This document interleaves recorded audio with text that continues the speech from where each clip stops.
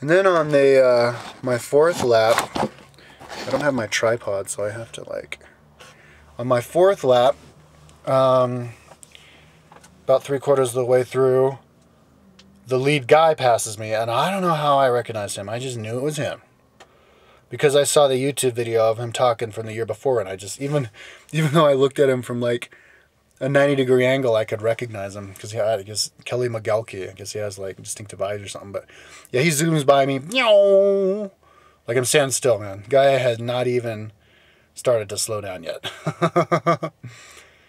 After like how many hours of riding, like 5 hours or something, I don't even know. And then a few minutes later, at the beginning of the climb, Josh Testado passes me. And I recognize him because he had the national championship jersey on. And I was looking at those guys before the race started. And I go, Kelly's just 1 minute ahead of you. But he didn't say anything. I think he had his Walkman on. I think he's the only guy in the whole thing there who I saw had their Walkman on. I think Yari Kirkland may have had the Walkman on, though. I can't remember. And then that was my third lap. And then I did, that was my fourth lap. And then I did a fifth lap, you know, and I'm still, so I'm coming in. And I made sure that my family would be like, my mom and my two brothers would be like on the side of the course. My car, they let the solo riders put their cars on the north side of the course, right next to the course. So that was cool. So my car was only like 20 feet or 25 feet away from the course itself. So they just walked up and they were like, so every time I came through, I'd make sure that I would give them all the packages, empty packages of my gels, and then give them, and then they would make sure that I had at least 5 gels in my left pocket when I would go. And then I would like, I usually would go through the whole technical section without doing anything, without taking anything. And, or maybe I would take one before it started, but I don't think I did. And then I would just wait until, because the first half of it is technical, like straight up, straight down over rocks, like really hard. And then the second half is just dirt roads. And I was actually doing quite well in the technical section because I knew all the right lines, because I'm heavy.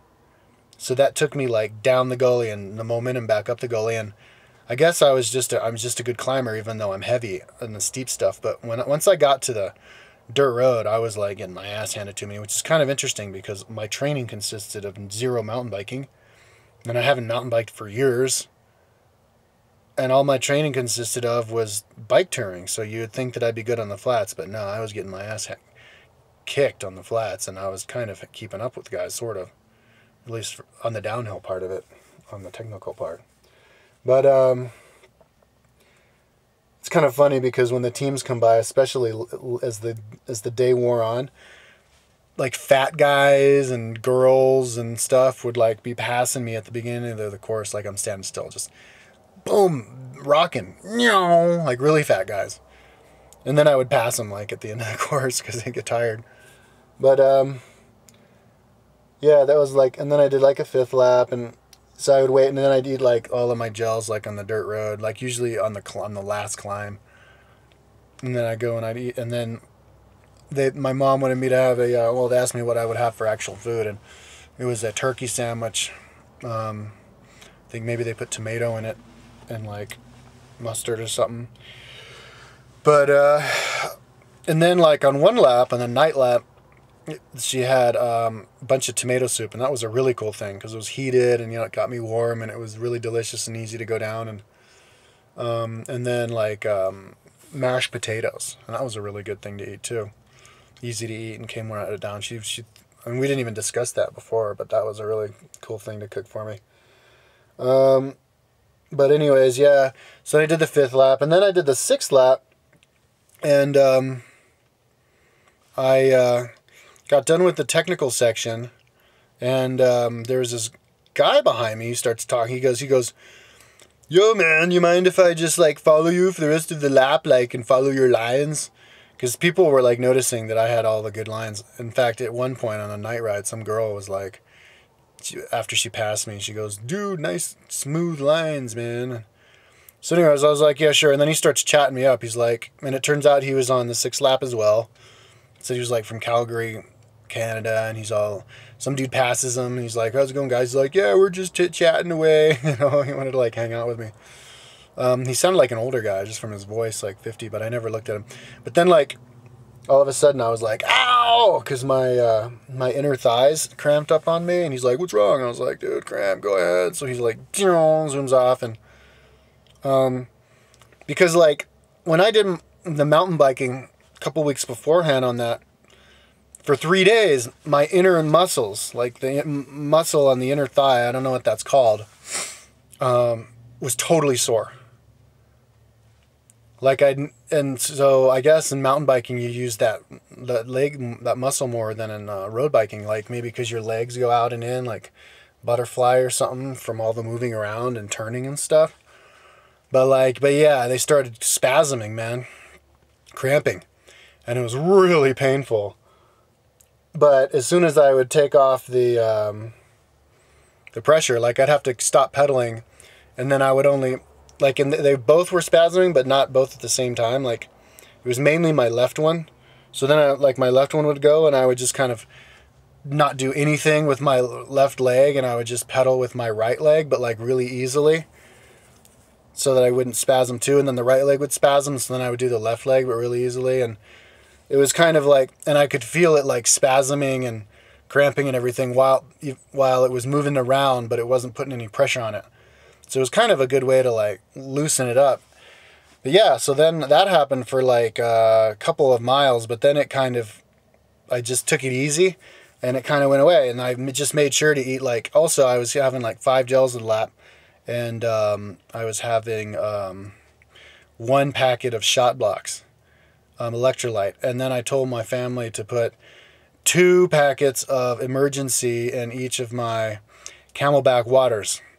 And on one of the laps, I drank all of my water. I ran out of water, but it was on the downhill, because I'd tell them, like, only give me as much water as I've been drinking. Like, don't give me too much. But I think they were like filling up all the way. But I noticed later that they gave me like the little bag, because I accidentally bought a little mini Camelback. But I can't remember how much water that has. I think it's like the same as like a big water bottle or something. But, and I also told them to put 2 scoops of Perpetuum in there, but I don't think they were doing that. I only noticed Perpetuum in one of the bladders that I emptied out today, but the other 2 had like none of that in and no trace of it. So they must have forgotten, or they didn't care, but they'd put it in one of them. So then I got through that lap, kind of having to forced to pace myself. And then I got through, and then I did lap 7, and then on lap 8, right when I was done with the technical part, my left knee suddenly goes like I couldn't put any pressure on it. It went out, just like when I was in Austria. And because I had been cranking it, sort of. I'd been like pedaling it too slow of cadence. And I guess because of my weight, 176 pounds, and going over those climbs in the like a low gear, because I've been doing them in like the middle chainring and stuff. I'm just more of I ride at a lower cadence than most people. Because for me it feels like I conserve energy that way. And I also ride out of the saddle in a really, really low cadence, like when I was bike touring, just to like make my butt feel better, and just to stretch out and stuff. But I couldn't stand up because I was on a full suspension bike, and those things are really squishy. Like when I buy my own 29-inch mountain bike, I'm not going to get a full suspension. I'm going to get a hardtail, because I'll be able to stand out of the saddle on that and just crank it. I think for me, that's a good thing to do. I can go faster that way. I can put on the highest gear and just crank it and use my body weight instead, not like burn out my knee. So anyways, I did the rest of that lap. That's when I was like, all right, I had to like mentally just program myself to spin at like really fast cadence, like this, like what a lot of the other people were doing. But it kind of worked out for me anyways, because I was still able to ride as hard as I could, as hard as my energy would allow at that point. And then, so then I did lap 9, and then lap 10, and um, lap 11, and then with like 7 hours to go, I remember going at 5 in the morning. I started getting I got an asthma attack, and I would really like feel it on the technical section. So then I would at the end of hike a bike, where you have to hike it up the really steep part, that sandy pit. I would get off the bike and do 4 hits of the inhaler, and then I would feel like I didn't really have asthma for the rest of the lap. And then I would have, or it wasn't really that bad. And then I would get the asthma again on the climb, and I think that's when I started feeling a lot of pain on my butt, like from the weight. But I couldn't stand up because it was a full suspension bike. And then on the beginning of lap 11, the beginning of lap 12, because I did 13 laps at the end. The beginning of lap 12, my second to last lap, this is like my first daytime lap. My mom gives me a peanut butter sandwich. And I already knew this, but I had forgotten it, that sometimes peanuts gives me asthma. I ate that peanut butter sandwich, and like 2 minutes later, I got fucking slammed. And what time was this? I remember I started getting asthma at 5, because I remember thinking to myself, oh fuck, I have 7 hours left with this fucking asthma. This sucks. But then with like the beginning, with 2 hours left, so that would have been like 5 hours to go at like 7 in the morning or something like that. Yeah, that was the beginning of my second to last lap. I got slammed with the worst fucking asthma attack, with a horrendous asthma attack. I could not breathe for shit. I was breathing like this.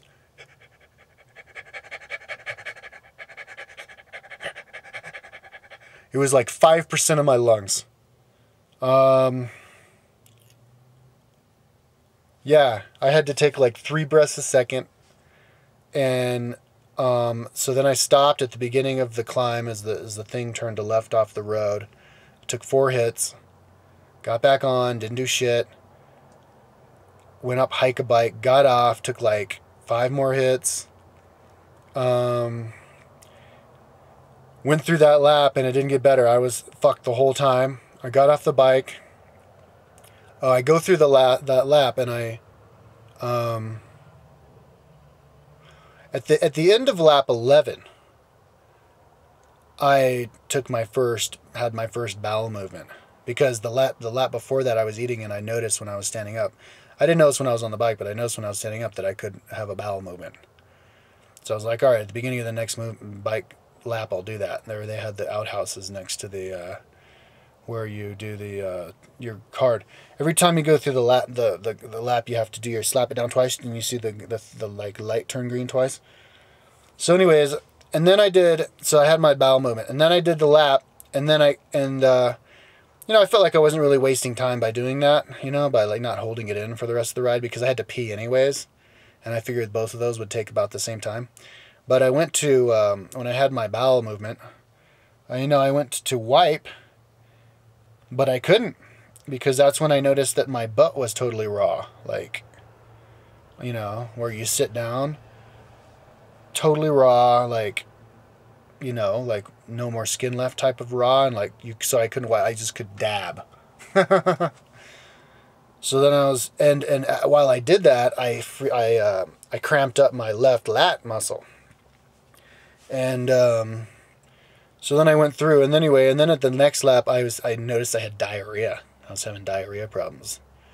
So I went in the next lap, and so I had another dump, 2 in a row, my 11th lap, or the beginning of my 12th lap, and then the beginning of my 13th lap. I had to do it again, 2 in a row. And that was probably because most of the energy that I was taking was just the gels. It was like liquid energy or something. But anyways, I was in there in the outhouse, and the announcer dude goes, "Oh, and here comes Chris Cannon." I was like, oh fuck, now it's on.